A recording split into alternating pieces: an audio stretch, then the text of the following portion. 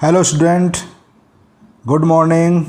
मैं हूं दिलसुख गढ़वाल और आप सभी के लिए लेके आया हूं फिजिक्स क्लास 12th क्लास के लिए ना। और अपना चैप्टर नंबर 2 चल रहा था गाउस का नियम और उसके अनुप्रयोग। तो उसी में अपने अनुप्रयोग कंप्लीट कर लेते। थोड़ा सा टॉपिक और बचा हुआ है। तो आज अपना टॉपिक है आवेशित चालक की सतह पर बल एवं दाब। ठीक है, अपन को कोई चालक है तो उसकी सतह पर बल क्या होगा या फिर उसके ऊपर दाब का मान क्या होगा उसके बारे में डिस्कशन करेंगे। ठीक है, तो अपन ने पढ़ चुके हैं अपन पहले से ही कि अगर किसी चालक को आवेश दिया जाता है तो उसके पृष्ठ पर एक समान रूप से वितरित होता है। अगर चालक होता है तो वो हमेशा पृष्ठ पर रहेगा, बाहर की ओर आ जाता है ना। तो चालक सतह पर आवेश समान रूप से वितरित होता है अपन पता है। तो चालक के अल्पांश आवेश पर शेष भाग के आवेश के कारण प्रतिकर्षण बल लगता है। ठीक है, ये बात है कि अगर मान लो अपने पास ये चालक है कोई, अगर ये गोलाकार चालक है तो इसका अगर एक अल्पांश अपन ये थोड़ा सा टुकड़ा लेते हैं, एक अल्पांश ए बी ले लिया अपन ने, इधर पॉइंट अपना सी है। तो इस छोटे से वाले अल्पांश पर जो आवेश है, यहाँ पे मान लो थोड़ा सा आवेश है डी क्यू, तो इसके ऊपर जो शेष बच गया इधर वाला अल्पांश, यहाँ पर भी कुछ ना कुछ आवेश होगा इसका, और ये आवेश इसके ऊपर क्या लगाता है, प्रतिकर्षण बल लगाता है। ठीक है, और इसी कारण ही ये आपस में ये वाला आवेश इसके ऊपर प्रतिकर्षण लगाएगा, ये इधर लगाते हैं आपस में। प्रतिकर्षण बल के कारण ही ये आवेश इसकी सतह पर फैल जाता है ना। तो ये कारण है, तो ये अपन को पता है प्रतिकर्षण बल लगता है। तो अपन एक चालक मान लेते हैं गोलाकार। तो मान लिया कि इस चालक की सतह पर जो पृष्ठीय आवेश घनत्व है वो क्या है, सिग्मा है ना। क्या मान लिया अपन ने, सिग्मा मान लिया, क्योंकि अपन को पता है कि चालक पर जो आवेश है वो पृष्ठ पर ही होता है।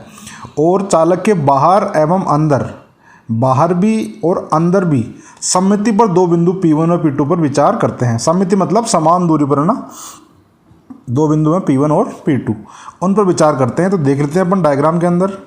ये अपन ने गोलाकार चालक मान रखा है ना।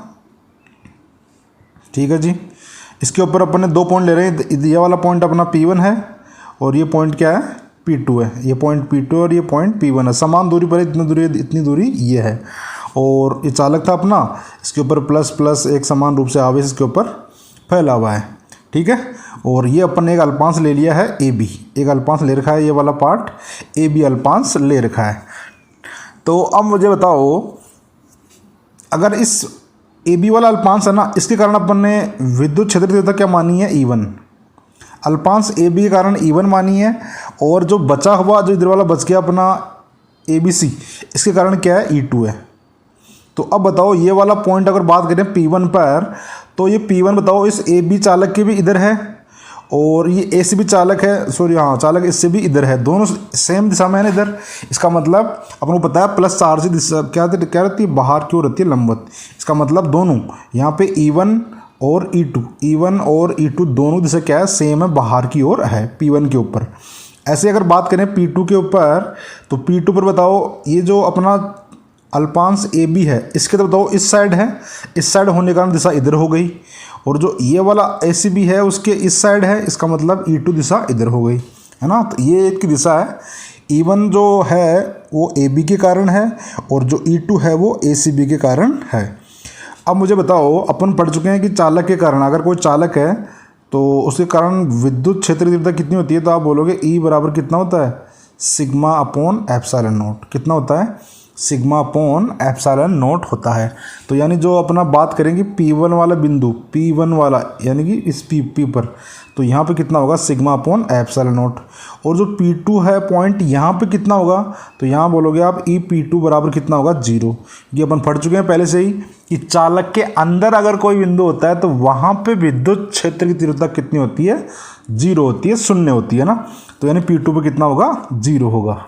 तो ये डायग्राम था, अपन ने इतना समझ लिया अपन ने। अब इसका डेरिवेशन कर लेते हैं अपन। जो अज्यूम किया है वही देखो यहाँ पे अपन अगर बात करें यहाँ पे P1 पॉइंट पर, तो यानी कि E P1 का मान कितना होगा, सिग्मा अपॉन एप्सिलॉन नॉट है ना। भाई चालक कारण ये होता है सिग्मा अपॉन एप्सिलॉन नॉट होता है। और जो E P2 है इसका मान कितना होगा, 0, क्योंकि ये चालक के अंदर है, इसका मतलब इसका मान 0 होगा। और जो अपन अज्यूम किया, देखो इधर वापस से मान लिया अपन इधर कि चालक के भाग AB है अल्पांश, इसके कारण तो विद्युत क्षेत्र तीव्रता क्या है, E1 है। और जो ACB है उसके कारण कितनी क्षेत्रता, विद्युत क्षेत्र तीव्रता कितनी है, E2 है। ठीक है, ये मान लिया अपन ने। तो अगर ये मान लिया है तो बताओ जो P वाले बिंदु पर दोनों सेम सेम है क्या, P वाले पॉइंट पर E1 और E2 दोनों सेम डायरेक्शन में, यानी दोनों जुड़ेंगे। और यहाँ पे E1 इधर है और E2 इधर है, यानी विपरीत दिशा में है, यानी माइनस होंगे। तो इसलिए अपन यहाँ पे मान लेते हैं कि जो EP1 है, EP1 का मान कितना होगा, E1 प्लस E2 होगा, दोनों सेम डायरेक्शन होने के कारण। और EP2 पे क्या होगा, E1 माइनस E2 होगा, क्योंकि विपरीत दिशा है। और अपन को दे रखा है पहले से यहाँ पे EP2 का मान कितना है, 0। अगर EP2 का मान 0 है तो इसका मान अगर यहाँ पे रखते हैं अपने इस जगह पे, तो यानी E1 माइनस E2 बराबर 0। तो यानी कि E1 बराबर क्या आ जाएगा, E2 आ जाएगा ना भाई। इसको इधर पसंद करेंगे तो क्या आ जाएगा, E1 बराबर E2। इसका मतलब E1 और E2 दोनों का मान क्या है, बराबर है। ये वाला मान रख देते हैं अपन पहले वाले इक्वेशन के अंदर, है ना। कौन सी इक्वेशन रखते हैं अपन, ये वाला मान फर्स्ट वाली इक्वेशन के अंदर, इसमें रख देते हैं अपन EP1 वाले में E1 और E2। अगर यहाँ पे मान रखते हैं तो मान क्या आएगा भाई, E1 तो पहले से था, E2 का मान कितना रख दिया अपन ने, E1, और बराबर कितना है, EP1। इन दोनों को ऐड करें तो कितना जाएगा, यहाँ पे बोलोगे आप 2E1 और बराबर इस EP1 का मान कितना था, तो इसका मान अपन ने कितना था पहले, सिग्मा अपॉन एप्सिलॉन नॉट। इसका मान था सिग्मा अपॉन एप्सिलॉन नॉट। इसका मतलब E1 का मान कितना आएगा, ये 2 गुना में है, भाग में जाएगा तो सिग्मा अपॉन 2 एप्सिलॉन नॉट। कितना जाएगा, E1 बराबर सिग्मा अपॉन 2 एप्सिलॉन नॉट। और यही मान किसका होगा, आप बोलोगे E2 का मान भी यही होगा। क्यों, क्योंकि E1 और E2 का मान तो क्या है, दोनों का बराबर है, इसलिए दोनों का मान क्या आ जाएगा, बराबर आ जाएगा। ठीक है, तो ये देखो इधर आपको मिल गया लिखा हुआ ना, कि ये डबल हो जाएगा और इसको डिवाइड करेंगे, दोनों का मान क्या आ जाएगा, सेम आ जाएगा। अब आप बात करें कि चाप जो AB है, यानी जो छोटे वाला अपना अल्पांश AB है, उस पर आवेश कितना है, DQ है। सॉरी, यहाँ पे लिखा हुआ नहीं है, लिखना सही से। यहाँ पे इसके ऊपर आवेश कितना मान लिया अपन ने, DQ। जो चाप AB है उसके ऊपर आवेश क्या है, DQ है। और अपन को पता है कि विद्युत क्षेत्र तीव्रता बराबर कितना होता है, तो आप बोलोगे E बराबर F/Q होता है। E बराबर फोर्स अपॉन आवेश। अगर इसको इधर मल्टीप्लाई करते हैं तो बल बराबर कितना जाएगा, F = E × Q आ जाएगा। तो अपन अगर बात करेंगे भाई, जो अपना AB चाप था उसके ऊपर बल कितना लगेगा उसके कारण, तो उसका कितना आएगा बताओ, E1 × DQ। E1 × DQ, क्योंकि अपन को पता है कि उसके कारण विद्युत क्षेत्र तीव्रता क्या थी बताओ, E1 थी, और आवेश क्या था, DQ था। तो इसलिए अपन क्या बात कर ली, E1 × DQ। कौन से चाप के कारण, AB चाप के कारण क्या बात कर रहे हैं अपन। तो यहाँ से अपन क्या करते हैं कि इसका मान रख देते हैं किसका, E1 का। अगर इसमें अपन E1 का मान रखते हैं तो E1 का मान कितना था, सिग्मा अपॉन 2 एप्सिलॉन नॉट, और इनटू क्या, DQ आ गया। तो ये आ गया अपने पास। और अपन जानते हैं कि जो अपना पृष्ठीय आवेश घनत्व है वो क्या होता है, सिग्मा बराबर आवेश बटा क्षेत्रफल, यानी कि आवेश है DQ और क्षेत्रफल क्या है, DS मान लिया, छोटा सा अल्पांश इसका मान लिया DS। सिग्मा बराबर कितना है, DQ अपॉन DS। अगर DS को इधर क्रॉस मल्टीप्लिकेशन करते हैं तो DQ बराबर कितना आएगा, सिग्मा × DS आएगा।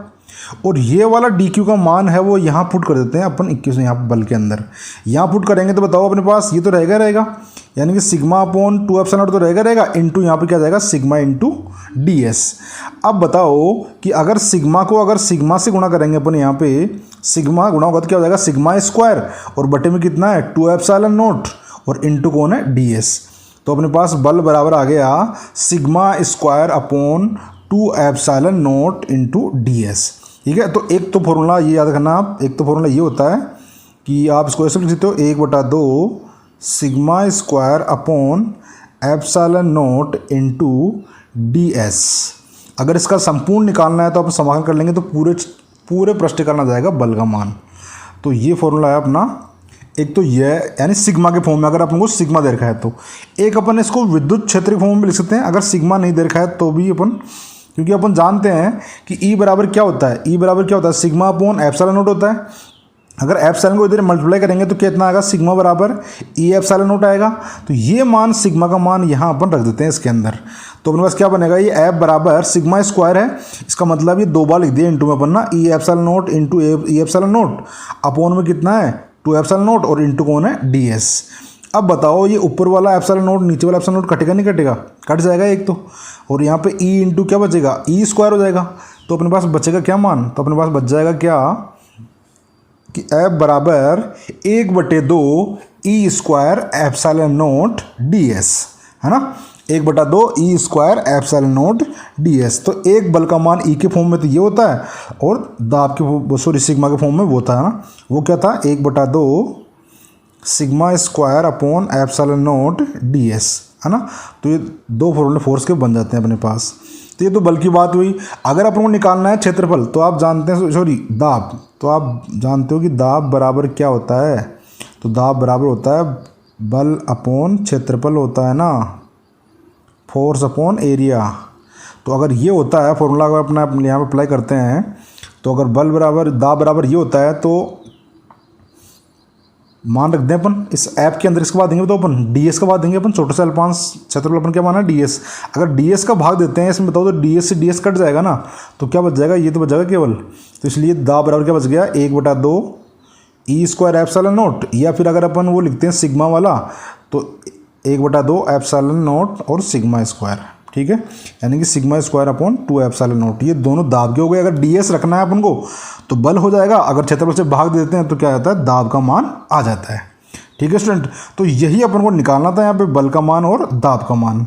ओके, तो देख लेना आप डेरिवेशन को ना, अच्छे से समझना है आपको, और नहीं समझ में आया तो वीडियो को दोबारा देख लिया करो आप, और अपने नोट्स बना लिया करो आप एक बार समझ के, और दोबारा से देखकर अपनी कॉपी के अंदर अपडेट कर लिया करो। ओके स्टूडेंट, कोई डाउट हो तो आप कमेंट करना, और वीडियो लाइक कमेंट शेयर ज़रूर करना आप। ओके।